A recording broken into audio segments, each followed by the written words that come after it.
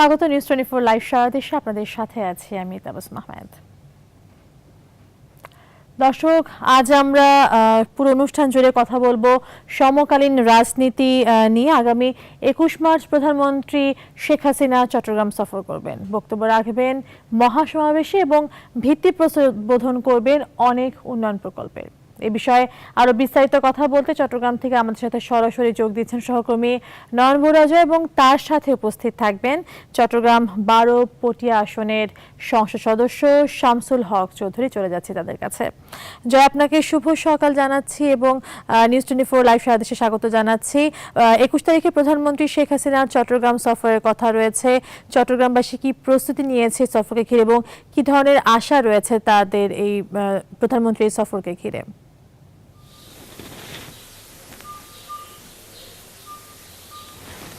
ধন্যবাদ তাবাসসুম। আপনি যেমনটা শুরুতে বলেছিলেন, আসলে প্রধানমন্ত্রী চট্টগ্রামের সফর নিয়ে আপনি কথাটা বলছিলেন, কিন্তু আমরা আপনাকে জানাতে চাচ্ছি, আপনি জানেন যে এই বছরের শেষে কিন্তু জাতীয় সংসদ নির্বাচনকে ঘিরে বন্দরনগরী চট্টগ্রামে কিন্তু এখন থেকে আমরা দেখতে পাচ্ছি হাওয়া, এখন অনেকটা নির্বাচনের হাওয়া লেগে উঠেছে। এমনকি কেন্দ্রীয় নেতাকর্মীদের কিন্তু আনাগোনাও কিন্তু চট্টগ্রাম সহ বিভিন্ন জায়গায় উপজেলা পর্যায়ে বলে বা থানা পর্যায়ে বলে বিভিন্ন জায়গায় তাদের আনাগোনা শুরু হয়েছে। ইতিমধ্যে আমরা যদি বলি, আসলে বিভিন্ন বিভাগীয় শহরের মতো বন্দরনগরী চট্টগ্রামে প্রধানমন্ত্রীর সফরকে ঘিরে কিন্তু খুব একটা আনন্দ উচ্ছ্বাসের কথা আমরা যদি বলি, আসলে আনন্দ উচ্ছ্বাসে রয়েছে আসলে নেতাকর্মীরা। আসলে এই সফরের কথা যদি আমরা বলি, নৌবাহিনীর একটি অনুষ্ঠানে যোগদানের পরে কিন্তু প্রধানমন্ত্রী এবার অনেকদিন পর চট্টগ্রামে জনসভা করার জন্য কিন্তু তিনি রাজি হয়েছেন। এমনকি জনসভাটা হবে কিন্তু এবার মহানগর নয়, এমনকি উত্তর জেলা নয়, এবার দক্ষিণ জেলার পটিয়াতে জনসভা করার জন্য তিনি সিদ্ধান্ত নিয়েছেন। আসলে আমরা এখন কথা বলতে চাই, আসলে আমার পাশে রয়েছেন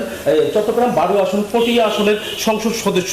তো আপনাকে স্বাগত। আমরা জানাতে চাই, আসলে প্রধানমন্ত্রী আপনার এই আসনে কিন্তু এবার জনসভা করার জন্য সিদ্ধান্ত নিয়েছেন। আসলে এই জনসভাকে ঘিরে আপনাদের কিরকম প্রস্তুতি রয়েছে বলে আপনি মনে করছেন?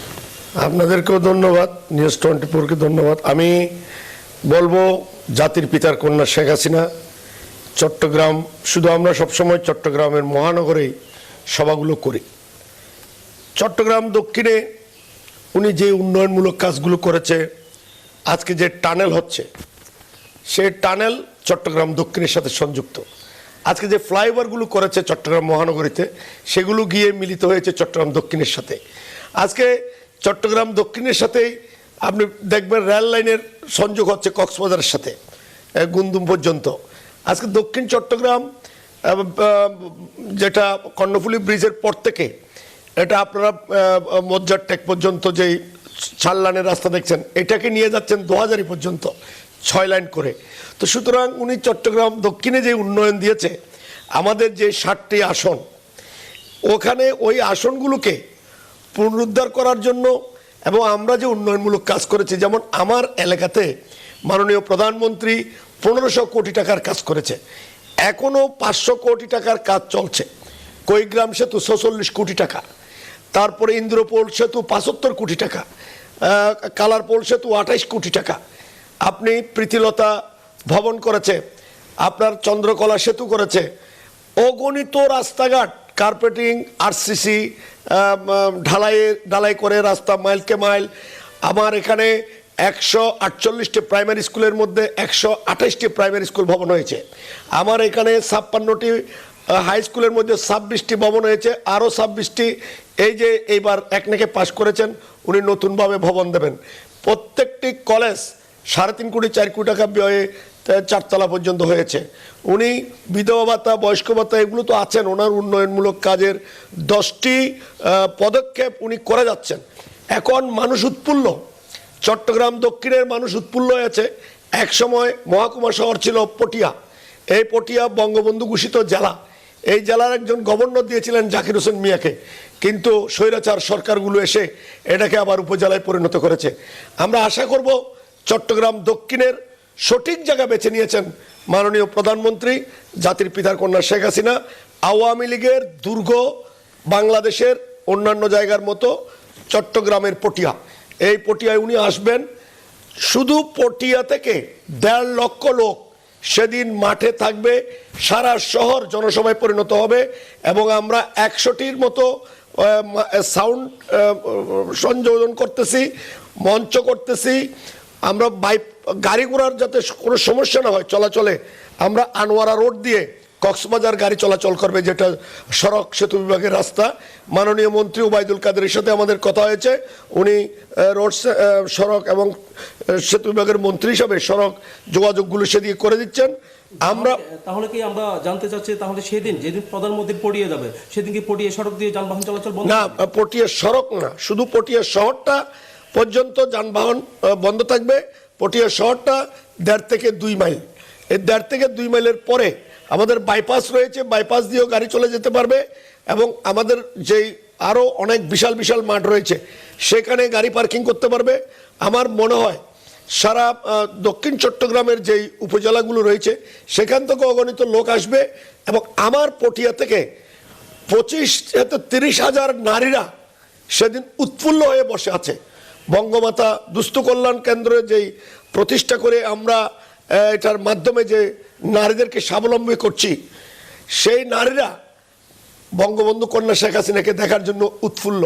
এবং তারা এটাই বলতে চায়, বাংলাদেশে যদি দেশের শাসনকর্তা যদি সৎ হয় এবং যিনি সৎ, নারীদের কথা চিন্তা করে, শিশুদের কথা চিন্তা করে, গরিব দুঃখী মেহনতি মানুষের কথা চিন্তা করে, যুবকদের কথা চিন্তা করে, মুক্তিযোদ্ধার কথা চিন্তা করে, উনি দেশের সার্বিক অবস্থা চিন্তা করে। যেহেতু ওনার বাবা জাতির পিতা বঙ্গবন্ধু শেখ মুজিব বাংলাদেশের স্বাধীনতা এনেছে, উনি বাংলাদেশকে ওনার পদক অনুসরণ করে উনি বাংলাদেশকে সঠিকভাবে পরিচালিত করতে চাচ্ছে। আজকে আমরা দেখতে পাই, কি দেখতে পাই, একদিকে দুর্নীতিবাজ হয়ে একজন জেলখানায় আছে, এটা তো আওয়ামী লীগ করেনি, এটা তত্ত্বাবধায়ক সরকারের সময় থেকে হয়েছে। আরেকজন দুর্নীতির দায়ে সাজাপ্রাপ্ত হয়ে পালিয়ে বেড়াচ্ছে বিদেশের মাটিতে। মানে যারা এগুলো নিয়ে আবার আন্দোলনের সূচনা করতে চায়, আপনাদেরকে আরেকটি কথা বলতে পারি। আপনারা জানেন দীর্ঘ ওই 13, 14, 15 সালে এত আন্দোলন সংগ্রাম হয়েছে, কিন্তু পটিয়াতে একটা ফটকা ফুটানোর সাহস কেউ করেনি।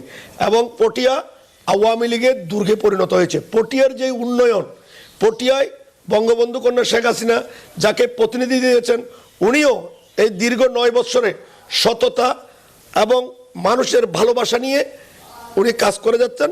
সেই কাজের পরিপ্রেক্ষিতে আজকে পটিয়ার মানুষ উৎফুল্ল।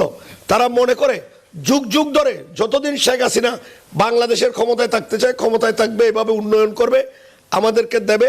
আমরা আজকে কর্ণফুলী নদীতে পার দিয়ে যে রাস্তা হচ্ছে এবং আমাদের দক্ষিণ চট্টগ্রামের সাথে টানেল হয়ে যে সংযোগ হয়ে আমরা বাটির হয়ে মেরিন ড্রাইভ করে আমরা ঢাকায় চলে যেতে পারবো। চট্টগ্রাম শহরের উপর কোনো চাপ পড়বে না। চট্টগ্রাম শহরের উন্নয়ন শুধু শহর উন্নয়ন করলে হবে না, চট্টগ্রামের প্রত্যেকটা এলাকায়, আপনি মিরসরাই থেকে শুরু করে আপনি কক্সবাজারের টেকনাফ পর্যন্ত আজকে দেখেন কিভাবে উন্নয়ন হয়েছে। আচ্ছা, এই জনসভাটা কি আসলে নির্বাচনী জনসভা কিনা? অবশ্যই আমাদের উন্নয়নের কথা যখন বলতে যাবে নির্বাচনী সভা তো হয়ে যাবে। আর উনি যেখানেই যাচ্ছেন নির্বাচনের কথাই ভোট চাচ্ছেন। তো সুতরাং আমরা তো এই বছরে তো নির্বাচনী হাওয়া বইবে। আমরা 8 বছর 9 বছর কষ্ট করেছি, কাজ করেছি, এখন যদি আমরা এটা বলতে পারবো না? আমি বলবো যারা আমাদের বিরোধী শক্তিরা আছে তারাও নির্বাচনে আসবে, তারাও তাদের হাওয়া বইতে শুরু করবে, তারা তাদের কথা বলবে। তারা এখন জেলখানা নিয়ে, ওই নেত্রী নিয়ে কথা না বলে তারা তাদের মার্কা নিয়ে যাতে মাঠে নামে এবং তারা যাতে কাজ করে। আমরা চাই সত্যিকারের বঙ্গবন্ধুকে জাতির পিতা যারা মানবে না, যারা পাকিস্তানি বাপদারায় রাজনীতি করবে, যারা জামাত আল বদর আল শামসদেরকে মন্ত্রী বানিয়েছিল, তাদের মাথা থেকে জামাত এবং মুসলিম লীগ বাপদারার, পাকিস্তানি বাপদারা এদেরকে জেরে ফেলে দিয়ে নতুনত্ব সৃষ্টি করে জাতির পিতাকে জাতির পিতা হিসাবে মেনে নিয়ে এবং বাংলাদেশের মুক্তিযুদ্ধের সপক্ষে শক্তি হয়ে যারাই আসবে তারাই ক্ষমতায় যেতে পারবে, না হলে দেশের মানুষ তাদেরকে ক্ষমতায় পাঠাবে না। বরংস আমরা দেখতে পাচ্ছি যদি এখন যারা বাম রাজনীতি করতেছে, বিভিন্নভাবে বাংলাদেশের স্বাধীনতা, বঙ্গবন্ধুর প্রতি যাদের আত্মসম্মান রয়েছে, যারা বঙ্গবন্ধুকে জাতির পিতা হিসেবে সম্মান দেয়, তারাই এদেশের ক্ষমতা আসতে পারবে। অন্য কেউ এদেশের ক্ষমতায় আর এদেশের মানুষ বসাবে না। প্রজন্ম এখন বঙ্গবন্ধু জাতির পিতার পক্ষে। জাতির পিতাকে অবমাননা করলে তাদের সাথে কোনো সম্পর্ক রাখবে না। আজকে তারেক জিয়া ধ্বংস হয়ে গেছে, খালেদা জিয়া ধ্বংস হয়ে গেছে একমাত্র জাতির পিতাকে অবমাননা করার কারণে। সেজন্য তাদেরকে বলবো এখনো শুভবুদ্ধির উদয় হোক, ভালো পথে ফিরে আসুক এবং তারাও মুক্তিযুদ্ধের সপক্ষে শক্তি হিসাবে তৈরি হয়ে আরও যারা আছে বামদারা রাজনীতি এদের সাথে সম্পৃক্ত হয়ে ওই জামাত, মুসলিম লীগ আর পাকিস্তানি বাপদারা এদেরকে পরিহার করে আসুক। সুন্দর একটা নির্বাচন আমরা করব, সেই নির্বাচনের মাধ্যমে ফলাফল হবে। তারা ক্ষমতায় গেলে তারা বসবে, আমরা ক্ষমতায় গেলে আমরা বসবো। আমরা চাই আমাদের জাতির পিতা উনি আমাদের সকলের উপরে মাথার উপর থাকবে। আর 9 বছরে আপনার আসন আমরা যদি বলি চট্টগ্রাম 12 আসনে কতটুকু উন্নয়ন হয়েছে বলে মনে করছেন? আমার এখানে 1500 কোটি টাকার উন্নয়ন হয়েছে। 1500 কোটি টাকার, আপনাকে কিছুক্ষণ আগে বলেছি এই পটিয়াতে এখন আর কোনো উন্নয়ন চায় না মানুষ। পটিয়ার উন্নয়ন শেষ। আমার এখানে সর্বশেষ আমার উপজেলা পরিষদের 25 কোটি টাকা দিয়ে উপজেলা পরিষদ হচ্ছে। 17 কোটি টাকা ব্যয়ে আব্দুল করিম সাহিত্য বিশারদ অডিটোরিয়াম হচ্ছে 1000 সিটের। এখন এখানে বেরিবাদ থেকে শুরু করে সুইচ গেট থেকে শুরু করে আমার এখানে শ্রীমাই রাবার ড্যাম হচ্ছে, প্রায় হাইড্রোলিক রাবার ড্যাম 100 কোটি টাকা। এখানে আপনার একটা ঢাক বাংলোর ইয়ে ছিল, এখানে একটা সার্কিট হাউস হচ্ছে। এখানে roads and highway rest house হচ্ছে। পটিয়া শহরের, শুধু শহরের মধ্যে আমরা প্রায় 100 কোটি টাকার উপরে উন্নয়ন করতেছি। এখানে শহরকে একটা সুন্দর শহরে পরিণত করব। আমাদের এখানে 15টি ওয়ার্ড নিয়ে পৌরসভা, প্রথম শ্রেণীর পৌরসভা। এই পৌরসভার কাজ এগিয়ে যাচ্ছে। এখানে কোনো কিছু নেই, জনগণের একটাই কথা যে মাননীয় প্রধানমন্ত্রী আসছে, আমরা ওনাকে আহ্বান জানাবো আমাদের বঙ্গবন্ধু ঘোষিত জেলাকে আমাদেরকে দিয়ে দেবেন এবং আমরা বঙ্গবন্ধু ঘোষিত জেলা পটিয়াকে সদর করে, পটিয়াকে হেডকোয়ার্টার করে, দক্ষিণ চট্টগ্রামকে জেলা করে আমাদের সেই মনের বঙ্গবন্ধুর দেওয়া জেলাকে আবার পুনরায় আমাদেরকে ফিরিয়ে দেবেন, সেই আশাটাই নিয়ে বুক পেতে তারা বসে আছে। সাধারণ মানুষের সাথে আপনার কিরকম সম্পর্ক? আমি সাধারণ মানুষের সাথে তো আমি সবসময় আছি। আমি যেদিন থেকে নির্বাচিত হয়েছি সেদিন থেকে সাধারণ মানুষের সাথে আছি। আজকে পটিয়া আন্দোলন হয় না, সংগ্রাম হয় না, কোনো বিরোধী জোট আমার বিরুদ্ধে একটা বক্তব্য দিতে পারে না।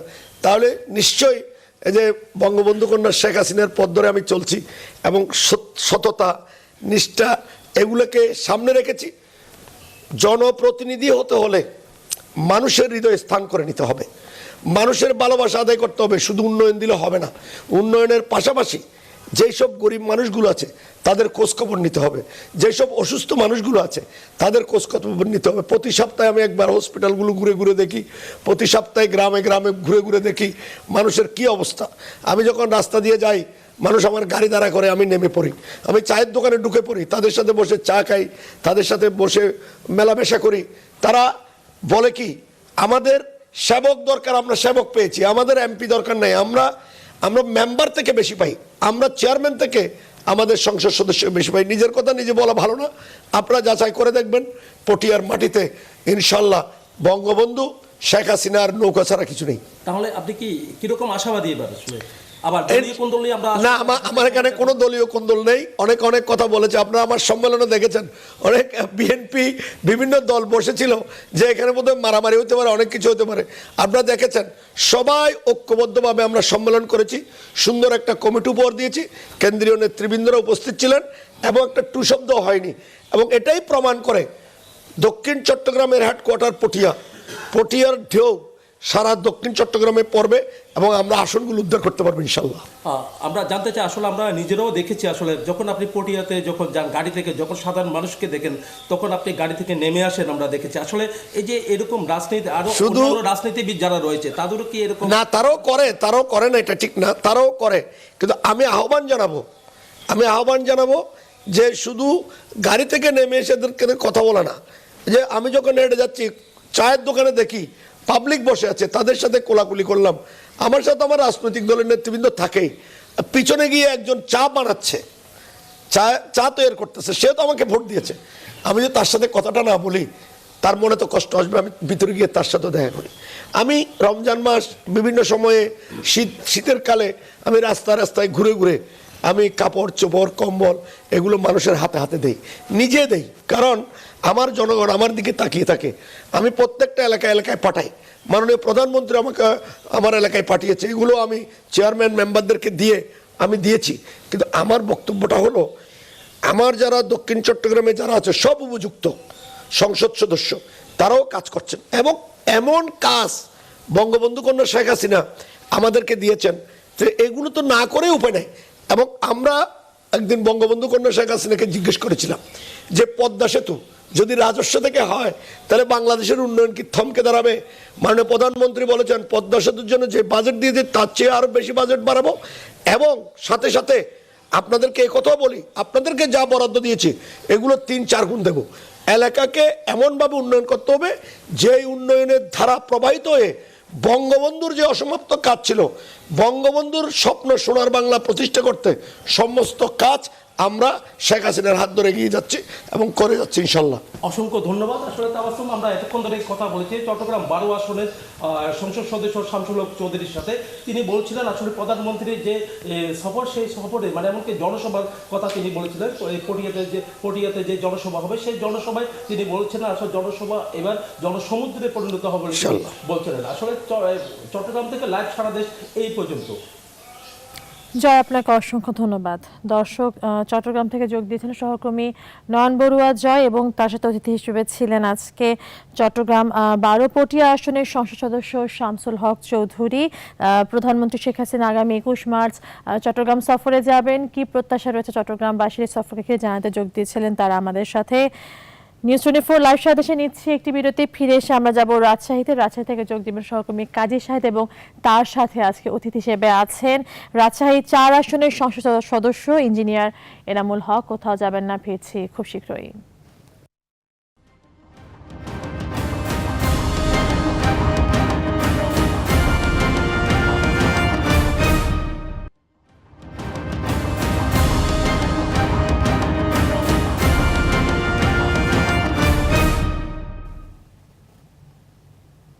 বিরতির পর আবারও স্বাগত। আপনারা দেখছেন নিউজ 24 লাইভ সারা দেশ। দর্শক, বিরতির আগে যেমনটি বলছিলাম যে আমরা এবার চলে যাব রাজশাহীতে। রাজশাহী থেকে যোগ দিবেন সহকর্মী কাজী শাহেদ। আজকে আলোচনা করব বাগমারার রাজনীতি প্রসঙ্গে। আমাদের সাথে কাজী শাহেদের সাথে যুক্ত হচ্ছেন অতিথি হিসেবে রাজশাহী 4 আসনের সংসদ সদস্য ইঞ্জিনিয়ার এনামুল হক। শাহেদ, শুভ সকাল এবং স্বাগত নিউজ 24 সংবাদে। আপনি নিশ্চয়ই শুনছিলেন আমি বাগমারার রাজনীতি সম্পর্কে বলছিলাম। নির্বাচনের বছর, ক্ষমতাসীন আওয়ামী লীগ কিন্তু ইতিমধ্যে প্রচার প্রচারণা শুরু করে দিয়েছে বিভিন্ন বিভাগে ঘুরে। অপরদিকে কিন্তু বিএনপি নেত্রী কারাগারে রয়েছেন। তো সেই ক্ষেত্রে দুই দলের এই নির্বাচনকে ঘিরে রাজনীতির কি অবস্থা দেখছেন?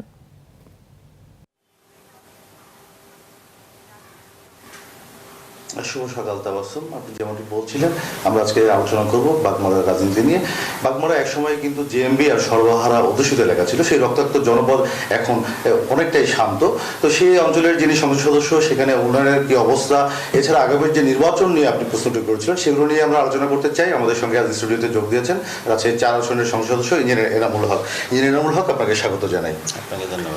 শুরুতেই একটু আপনার কাছ থেকে জানতে চাই যে 2008 সালের আগে আমরা জানি যে জেএমবি এবং সর্বহারা অধ্যুষিত বাগমারা, সেখানে প্রায় রক্ত ঝরত মানুষের।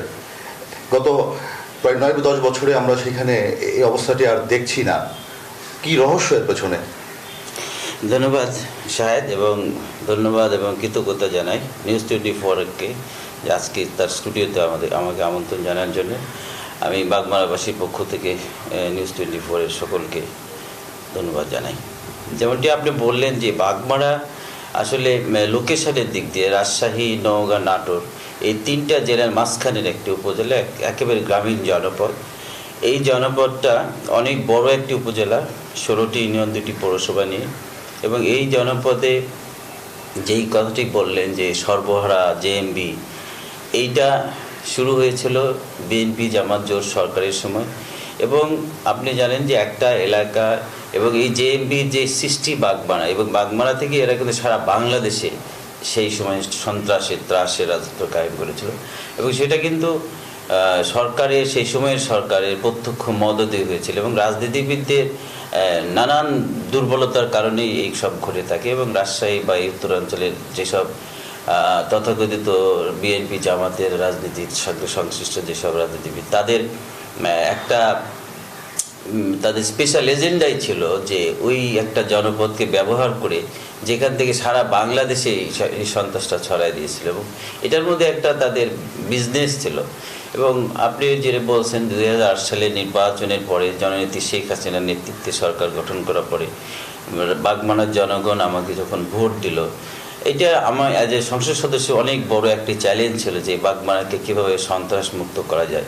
এবং আমি মাননীয় প্রধানমন্ত্রীর সরাসরি সহযোগিতা নিয়ে এই বাগমারাটাকে বিভিন্ন দিক দিয়ে আমি চিন্তা করে একটু দীর্ঘমেয়াদী প্ল্যান করে এগিয়ে নিয়েছি এবং আমি চেষ্টা করেছি অনেক সময় দেওয়ার জন্য। এখানে আমাদের রাজনীতিবিদ, সরকারের আইন শৃঙ্খলা বাহিনী, বিভিন্ন গোয়েন্দা সংস্থা সকলকে নিয়ে এবং সকল শ্রেণী পেশা মানুষকে নিয়ে একবারে বারবার বসেছি, বারবার শুনেছি, বারবার প্রবলেমগুলো শুনেছি এবং সবগুলো নিয়ে আমি এলাকায় একটা শান্তি প্রতিষ্ঠার জন্য কাজ করেছি। আপনি তো ওই এলাকায় 9 বছর ধরে সংসদ সদস্য আছেন, সেই ক্ষেত্রে এই যে সরবরাহ বা জেএমবিতে জড়িয়ে পড়ার যে ট্রেন্ডটি, এটি সংসদ সদস্য হিসেবে দায়িত্ব পালন করতে কি মনে হয়েছে যে কেন মানুষ ওই দিকে ঝুঁকছে?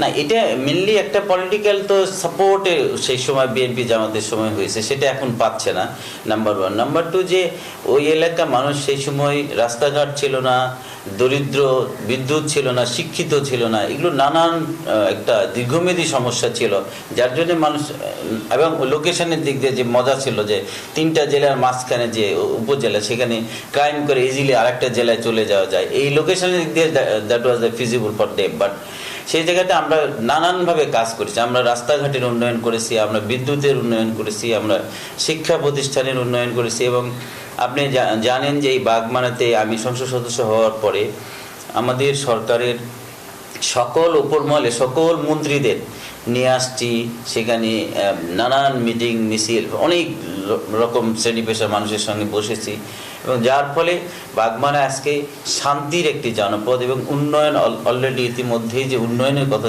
যদি আমি বলি যে বাগমারাতে 16টি ইউনিয়ন, 2টি পৌরসভার মধ্যে মাত্র 3টি ইউনিয়নে পাকা রাস্তা ছিল, এখন সকল ইউনিয়নকে উপজেলার সঙ্গে, সকল গ্রামকে ইউনিয়নের সঙ্গে এবং উপজেলাটাকে আবার রাজশাহী জেলার সঙ্গে, নওগাঁর সঙ্গে এবং নাটোরের সঙ্গে বড় বড় রাস্তা দিয়ে একটি ইন্টিগ্রেট কমিউনিকেশন। আমরা রাস্তা নিয়ে কথা বলবো, তার আগে আরেকটি বিষয় জানতে চাই যে আমরা প্রায় দেখি যে স্থানীয় সরকার নির্বাচনকে ঘিরে কিন্তু বাগমারা উত্তপ্ত হয়ে ওঠে।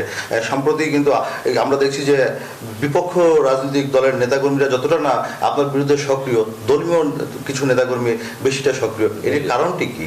না, এটা তো স্থানীয় সরকারকে নির্বাচনকে ঘিরে সারা বাংলাদেশেই নানানভাবে রাজনৈতিক প্রতিদ্বন্দ্বিতা। আর এবারের স্থানীয় সরকার নির্বাচন একটু ব্যতিক্রম ধরবে, আপনি জানেন, প্রতীক দিয়ে যে নির্বাচন, এর মধ্যে দিয়ে একটা দলের মধ্যে তো আমাদের বিশেষ করে আওয়ামী লীগ একটি বড় দল, এই দলে অনেক নেতৃত্ব, সেখানে মানে ইনিশিয়ালি এই স্থানীয় সরকার নির্বাচন যে প্রতীকের মাধ্যমে হয়েছে সেখানে একটু সমঝোতার ঘাটতি থাকে এবং যার জন্যে অনেক জায়গায় এই গণ্ডগোলটা হয়েছে এবং ঝামেলা হয়েছে। সেদিক দিয়ে আমি বলবো যে আমি বাংলাদেশের মধ্যে স্থানীয় সরকার সুষ্ঠু এবং ক্রেডিবল নির্বাচন হলে বাগমারায় হয়েছে, কারণ 48 ভোটে আওয়ামী লীগের প্রার্থী পরাজিত হয়েছে বাগমারাতে, এমন আছে। তারপরেও আমরা কিন্তু সেখানে জয়লাভ করছি আওয়ামী লীগ, যেখানে 16টি ইউনিয়নের মধ্যে আমরা 11টি ইউনিয়নে জয়লাভ করেছি নৌকা, এবং 2টি পৌরসভায় আমরা জয়লাভ করেছি, তারপরে উপজেলাতে আমরা জয়লাভ করেছি। সব মিলিয়ে যে আমাদের আওয়ামী রাজনীতির যে স্ট্রেংথ এখানে অনেক বৃদ্ধি পেয়েছে এবং এখন নির্বাচনী যেই চ্যালেঞ্জ আমাদের কাছে যেটাই আসুক, যেটা বাগমারাতে ইনশাল্লাহ আমরা নৌকার বিজয় নিশ্চিত হবে। আপনি বলছেন যে নৌকার বিজয়টি নিশ্চিত করা যাবে, কিন্তু আমরা জানি যে সেখানে আপনারা যাদেরকে নির্বাচিত করেছেন এর আগে, আপনি যাদের হয়ে নির্বাচন করেছিলেন, যারা বিজয়ী হয়েছেন উপজেলা বা পৌরসভায়, তাদের কেউ কেউ আপনার বিরোধিতা করছে, এটির কারণটি কি? না, এটা তো আমাদের রাজনৈতিক পদের জন্য রাজনৈতিক একটা প্রতিদ্বন্দ্বিতা নেতৃত্বের প্রতিযোগিতা থাকেই, সেটার জন্য আমার অরিড না। আমাদের প্রতীক হলো নৌকা, আমাদের প্রার্থী হলো জননেত্রী শেখ হাসিনার নৌকা প্রার্থী। এইখানে নৌকা প্রার্থী যাকেই দেওয়া হবে সেখানে সেই জয়লাভ করবে। আর রাজনৈতিক যেটা প্রতিদ্বন্দ্বিতা তো থাকতেই পারে, এটা দলকে আরো সমৃদ্ধ করে আমি মনে করি। আগামী নির্বাচনী প্রচারণা কিন্তু ইতিমধ্যে প্রধানমন্ত্রী শেখ হাসিনা শুরু করে দিয়েছেন আওয়ামী লীগের পক্ষ থেকে। তিনি রাজশাহী, খুলনা এবং সিলেটে ইতিমধ্যেই কিন্তু সমাবেশ করেছেন, আগামীতে চট্টগ্রামেও করবেন। এই যে বিএনপি কিন্তু এখনো নির্বাচনী মাঠে নেই, তারা একরকম খালেদা জিয়ার মুক্তির দাবিতে আন্দোলন করছে। বিএনপি যদি নির্বাচনে আসে সেই ক্ষেত্রে আগামীতে বাগমারার রাজনীতিতে আপনার জন্য কতটা চ্যালেঞ্জ হবে? ধন্যবাদ। না, আমাদের বাগমারার রাজনীতি ইতিমধ্যেই অত্যন্ত আমাদের উপজেলা আওয়ামী লীগ, আমাদের ইউনিয়ন আওয়ামী লীগ, ওয়ার্ড আওয়ামী লীগ পর্যন্ত, এবং মহিলা আওয়ামী লীগ, কৃষক লীগ, ছাত্রলীগ, যুবলীগ, সকল আমাদের সহযোগী সংগঠন অত্যন্ত সংগঠিত।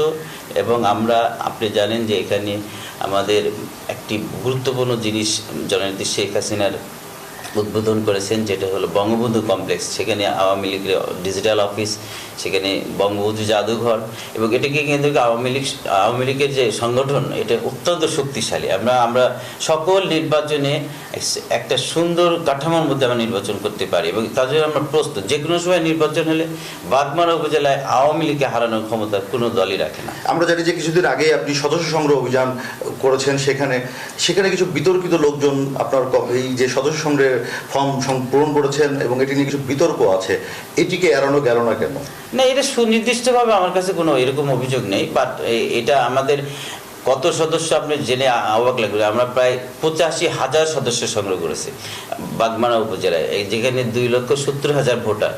এই 85,000 সদস্য সংগ্রহ আমরা 3-4 ধাপে করেছি। একবার উপজেলা লেভেলে করেছি, তারপর ইউনিয়ন লেভেলে করেছি, তারপর ওয়ার্ড লেভেলে করেছি, এবং এখনও আমাদের কেন্দ্রীয়ভাবে হচ্ছে। এবং এর মধ্যে আমরা চেষ্টা করছি, আমার জানা নেই যে আমাদের এই 85,000 সদস্যের মধ্যে বিতর্কিত বলতে আমরা যারা চিহ্নিত সন্ত্রাসী, চিহ্নিত যুদ্ধ অপরাধী, চিহ্নিত কোনো অপরাধী, তারা আমাদের কোনো সদস্য হয়নি বলে আমি জানি। আমার কাছে কোনো সুদৃশ্য তথ্য। আপনি যদি বলছিলেন যে শুরুর দিকে আলোচনায় যখন যে কর্মসংস্থানের সুযোগ না থাকায় অনেকেই জেএমবি বা সরবরাহের দিকে ঝুঁকে পড়েছিল, আমরা জানি যে এই অঞ্চলে কর্মসংস্থানের জন্য আপনি কিছু শিল্প প্রতিষ্ঠান করছেন, ইতিমধ্যে সেগুলোর কাজও চলছে এবং শুরুও হয়েছে কিছু কিছু প্রতিষ্ঠান।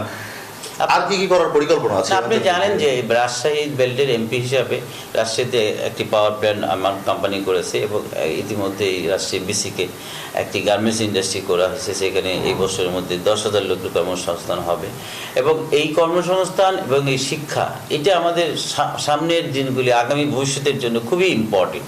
এবং জননেত্রী শেখ হাসিনার যে ডিজিটাল বাংলাদেশ গড়ার যে চিন্তা, এবং তার মধ্য দিয়ে প্রত্যন্ত এলাকার মানুষ, যেমন ইউনিয়ন পর্যায়ে তথ্য কেন্দ্র, তারপরে আমাদের প্রান্তিক জনগোষ্ঠীর স্বাস্থ্যসেবা নিশ্চিত, কমিউনিটি ক্লিনিকের হেলথ সেবা, এগুলো সব মিলিয়ে কিন্তু মানুষের জীবনযাত্রা অনেক উন্নত দিকে আগাচ্ছে। এবং বাগমারার জনগণ, বাগমারার ভবিষ্যৎ ছেলেমেয়েরা এখন ভালো ভালো ইউনিভার্সিটিতে ভালো ভালো পরীক্ষায় তারা কমপ্লিট করছে।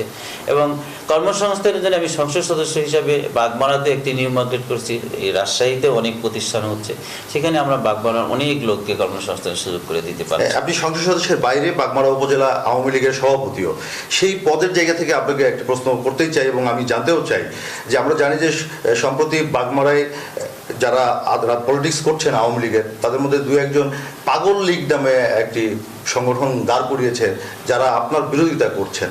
তো দলের নেতা হিসেবে এটিকে আসলে কিভাবে দেখেন?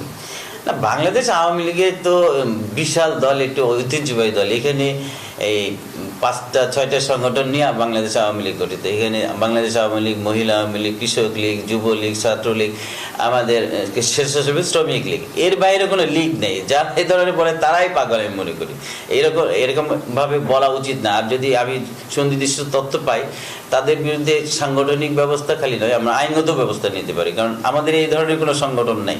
এই ধরনের সংগঠনের নাম দিয়ে আওয়ামী লীগকে ছোট করাই প্রায় তারা করছে। তারা তো সেই ক্ষেত্রে আমরা তো দেখেছি যে প্রকাশ্যে এটি কার্যক্রম তারা চালাচ্ছে এবং এই প্রচারণাটি চালাচ্ছে, তাহলে এখন পর্যন্ত কেন আপনি সেই ব্যবস্থাটি নিলেন না? না, যারা আমি জানি না কারা এরা, যারা পাগল তারাই তো পাগল লীগ করবে। সুতরাং সেই ক্ষেত্রে আমরা দেখব, সত্যি যদি আমাদের দলের বা কোনো নির্বাচিত প্রতিনিধি বা কেউ থাকে, আমরা ব্যবস্থা অবশ্যই নেব।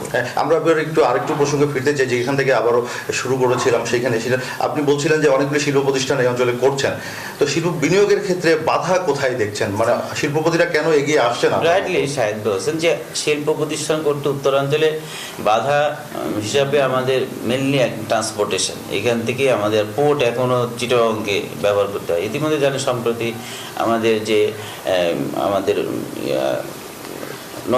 পটুয়াখালীতে যে পোর্ট হচ্ছে, সেই পোর্টটা চালু হলে এবং আমাদের মোংলা পোর্টটা চালু হলে, এবং আমাদের মেইন জিনিস যে আমাদের বঙ্গবন্ধু সেতুর প্যারালাল একটা রেল সেতু যদি হয়ে যায়, তাহলে আমরা কন্টিনিউয়ার বাই ট্রেন যদি যেতে পারি, এবং শাহ মাকদুম এয়ারপোর্টটা, এই এয়ারপোর্টটা যদি ইন্টারন্যাশনাল হয়, এখান থেকে আমরা কার্গো সার্ভিস নিতে পারি, তাহলে উত্তরাঞ্চলে আরও শিল্পায়নের সুযোগ সৃষ্টি হবে। মাননীয় প্রধানমন্ত্রী ইতিমধ্যেই রাজশাহীতে পাইপলাইনের মাধ্যমে গ্যাস সরবরাহ করেছে। আমার প্রতিষ্ঠান সহ আরও প্রতিষ্ঠানে গ্যাসের কানেকশন ইতিমধ্যেই দেওয়া হয়েছে, যার ফলে অনেকেই এখন এখানে ইন্ডাস্ট্রি করতে চায়। এই ট্রান্সপোর্টেশন সুবিধা, আরও কিছু সরকারের বিনিয়োগ বোর্ডের সুবিধা আর ট্যাক্সেশনের সুবিধা, এগুলো কিন্তু গড়ে উঠলে এখানে শিল্প প্রতিষ্ঠান তাড়াতাড়ি মানুষ করবে। আর কারণ এখানে কয়েকটা জিনিস স্কোপ আছে, এখানে ল্যান্ড চিফ, এখানে লেবার চিফ, এখানকার মানুষ সহজ সরল এবং আমাদের ছেলেমেয়েরা শিক্ষিত, তাদেরকে কর্মক্ষম করা খুব সহজ, এবং অ্যারোগেন্ট পিপুল কিন্তু এখানে নেই। একটা জিনিস যে উত্তরাঞ্চলের মানুষ কিন্তু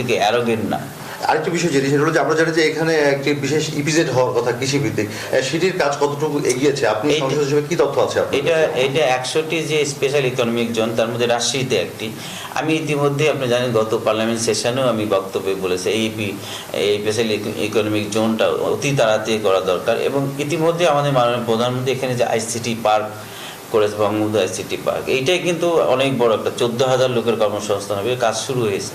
এবং স্পেশাল ইকোনমিক জোন যদি এখানে খুব তাড়াতাড়ি করা হয়, আমার মনে হয় যে এটা আমি পার্লামেন্টে উঠিয়েছি এবং অন্যান্য সদস্যরাও বলেছে, এবং মাননীয় প্রধানমন্ত্রী অবশ্য গুরুত্বের সাথে চিন্তা করছেন। সংসদ সদস্য হিসেবে 9 বছর দায়িত্ব পালন করছেন, আগামীতে মনোনয়ন পেলে আবারও আওয়ামী লীগের হয়ে নির্বাচন করবেন।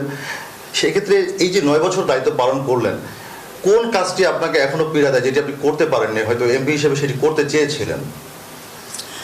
অ্যাকচুয়ালি আমাদের সম্পদের সীমাবদ্ধতা আছে। আমাদের মাননীয় প্রধানমন্ত্রী এই বাগমারা ভিজিট করেছেন, মহামান্য রাষ্ট্রপতি বাগমারা ভিজিট করেছেন, বাগমারা মানুষকে সমৃদ্ধ করেছেন, সম্মানিত করেছেন। এবং বাগমারা যেই প্রত্যন্ত এলাকা, এখন বাগমারা সেই প্রত্যন্ত এলাকা নেই, তবে এখনও বাগমারা একটি উপজেলা, এই যে উপজেলায় প্রায় 4 লক্ষ মানুষ বাস করে, 400 বর্গ কিলোমিটার এরিয়া এই উপজেলাটি এখন আমাদের দরকার যে একটা আঞ্চলিক মহাসড়ক দিয়ে জেলা মানে রাজশাহী, নাটোর এবং নওগাঁর সঙ্গে একটা কানেক্টিভিটি তৈরি করা, সেই কাজটি আমরা হাতে নিয়েছি। ইনশাআল্লাহ আমরা করতে পারবো, আমার বিশ্বাস নেক্সট সেশনে আল্লাহ যদি আমাদের ক্ষমতা নিয়ে আসে, আমরা সেটাও করতে পারবো। আগামী নির্বাচনকে ঘিরে ওই অঞ্চলে আপনার পরিকল্পনাটা কি? নির্বাচনের জন্য ইতিমধ্যে মাননীয় প্রধানমন্ত্রী যেমন প্রত্যেকটা জায়গায় নির্বাচনের কথা বলে, আমরাও নির্বাচনের প্রস্তুতি নিয়েছি। ইতিমধ্যেই আমরা ইউনিয়ন কমিটি, ওয়ার্ড কমিটি সক্রিয় করছি এবং সেন্ট্রাল কমিটি করার জন্য প্রিপারেশান নিয়েছি। আমাদের এই মার্চ এপ্রিলের মধ্যে সেগুলো হয়ে যাবে, এবং সব নির্বাচনে যা যা করার দরকার এবং নির্বাচনে যে প্রতিশ্রুতি আমরা দিয়েছি জনগণের কাছে, আমরা প্রতিটি এলাকায় যাচ্ছে এবং নেতা কর্মীকে সক্রিয় করেছি, তাদেরকে যেসব নির্বাচনী প্রতিশ্রুতি ছিল সেগুলো আমরা কতখানি বাস্তবায়ন করলাম, কতখানি করতে পারলাম না, এগুলো নিয়ে চুলচেরা বিশ্লেষণ করে আমরা কাজ এগিয়ে যাচ্ছি। আমার বিশ্বাস যে আমরা যে বিগত স্থানীয় সরকার নির্বাচনে যেভাবে জয়লাভ করেছি, সামনে জাতীয় নির্বাচনে আমরা খুব সহজেই ইনশাআল্লাহ বাগমারাতে জয়লাভ করব। ধন্যবাদ ইঞ্জিনিয়ার এনামুল হক আমাদের সঙ্গে আলোচনায় যোগ দেওয়ার জন্য। তাবাসসুম, আপনি শুনছিলেন যে রাজশাহী 4 আসনের সংসদ সদস্য ইঞ্জিনিয়ার এনামুল হক আজকে আমাদের স্টুডিওতে অতিথি হিসেবে যোগ দিয়েছিলেন আলোচনায়। তিনি কথা বলছিলেন বাগমারার উন্নয়ন এবং আগামীর যে জাতীয় সংসদ নির্বাচন আসছে সেখানে তার যে কি পরিকল্পনা আছে সেগুলো নিয়ে, এছাড়া সাংগঠনিক কার্যক্রম নিয়ে তিনি অনেক কথা বলেছেন। তো এই ছিল রাজশাহী স্টুডিও থেকে সর্বশেষ। শাহেদ, আপনাকে অসংখ্য ধন্যবাদ। দর্শক, রাজশাহীর বাগমার রাজনীতি প্রসঙ্গে আলোচনা করতে আমাদের সাথে রাজশাহী থেকে যুক্ত হয়েছিলেন সহকর্মী কাজী শাহেদ, এবং তার সাথে আজকে অতিথি হিসেবে ছিলেন রাজশাহী 4 আসনের সংসদ সদস্য engineer Enamul Haque. News 24 live সারা দেশে নিচ্ছি একটি বিরতি, সংবাদপত্র পর্যালোচনা নিয়ে ফিরছি খুব শীঘ্রই।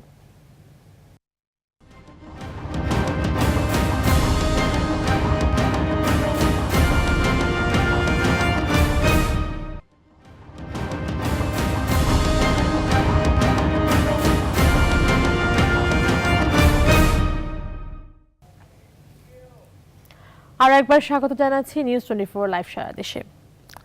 দর্শক, আমরা এবারে চলে যাব সংবাদপত্র পর্যালোচনায়। জেনে নেব ঢাকা থেকে প্রকাশিত সংবাদপত্রগুলোর প্রধান প্রধান শিরোনাম। আমার হাতে প্রথমেই আছে বাংলাদেশ প্রতিদিন।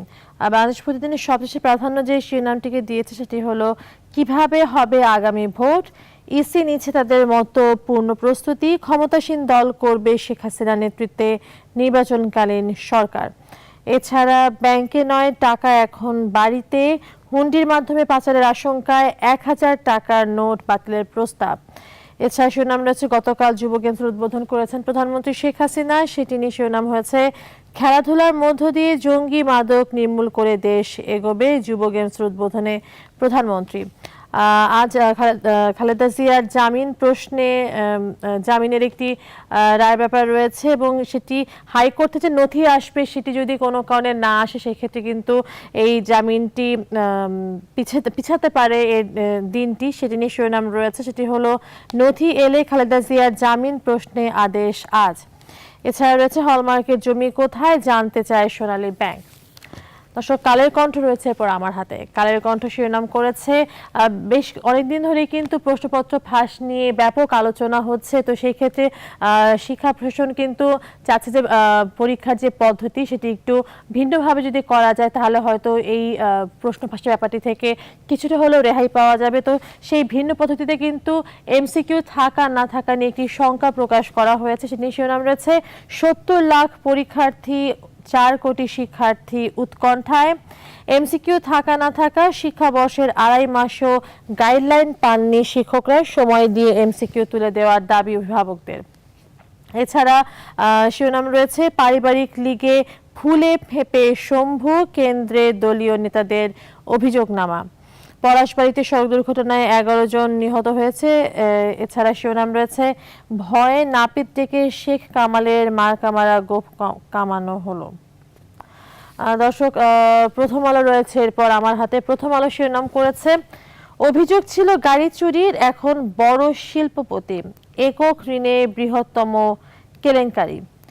এছাড়া সড়ক দুর্ঘটনার একটি শিরোনাম রয়েছে গাইবান্ধায় 2 ঘন্টার ব্যবধানে 11 প্রাণহানি। নিধাস টি-20 টুর্নামেন্ট চলছে। গতকাল বাংলাদেশ তাদের দ্বিতীয় ম্যাচে কিন্তু শ্রীলঙ্কাকে 5 উইকেটে হারিয়েছে, অবিস্মরণীয় একটি জয় বাংলাদেশ তুলে নিয়েছে গতকাল। এ নিয়ে শিরোনাম রয়েছে রূপকথার নায়ক মুশফিক, রেকর্ড গড়ে শ্রীলঙ্কাকে হারালো বাংলাদেশ। দর্শক, যুগান্তর রয়েছে পর আমার হাতে। যুগান্তর শিরোনাম করেছে ঋণ খেলাপি নিয়ে শিরোনাম তাদের রয়েছে, সেটি হলো খেলাপি ঋণের 55,000 কোটি টাকা আটকা, অর্থ ঋণ আদালতে 2 লাখ মামলার জট। এছাড়া নিধাস ট্রফিকে নিয়ে তারাও শিরোনাম করেছে বাংলাদেশের জয়কে প্রাধান্য দিয়ে, সেটি হলো ইতিহাস গড়ে জিতল বাংলাদেশ। এছাড়া শিরোনাম রয়েছে শুল্ক গোয়েন্দা ডিজি মইনুলের ধৃষ্টতায় হতবাক এনবিআর, প্রধানমন্ত্রীর সিদ্ধান্তের বিরোধিতা। এছাড়া আজ কিন্তু খালেদা জিয়ার জামিনের সিদ্ধান্ত বিষয়ক রায়টি দেওয়ার কথা রয়েছে, যদিও বলা হচ্ছে যে হাইকোর্ট থেকে যদি নথিপত্র আজকে না আসে সেক্ষেত্রে কিন্তু জামিনের দিন সিদ্ধান্তের দিনটি কিন্তু পিছিয়ে যেতে পারে, এমন একটি আশঙ্কাও কিন্তু রয়েছে। দৈনিক ইত্তেফাক রয়েছে পর আমার হাতে। দৈনিক ইত্তেফাক সবচেয়ে প্রাধান্য দিয়েছে নিধাস টি-20 ট্রফি চলছে, সেখানে বাংলাদেশ কালকে ইতিহাস গড়ে কিন্তু জয় ছিনিয়ে এনেছে শ্রীলঙ্কাকে, তারা 5 উইকেটে হারিয়েছে। সেটি শিরোনাম হয়েছে মুশফিকের ব্যাটে অনন্য জয়, বাংলাদেশ 215, শ্রীলঙ্কা 214, জয় 5 উইকেটে। এছাড়া শিরোনাম রয়েছে যুব গেমসের উদ্বোধন করেছেন গতকাল বঙ্গবন্ধু জাতীয় স্টেডিয়ামে প্রধানমন্ত্রী শেখ হাসিনা, সেটি নিয়ে শিরোনাম তারা করেছে খেলাধুলার মাধ্যমে মাদক জঙ্গি সন্ত্রাসবাদ মোকাবেলা করব, যুব গেমস উদ্বোধনকালে প্রধানমন্ত্রী। এছাড়া স্বাধীনতা মাস চলছে, সেটি নিয়ে শিরোনাম রয়েছে মার্চ বাঙালির অহংকারের মাস, গর্বের মাস, রক্তঝরা মার্চ।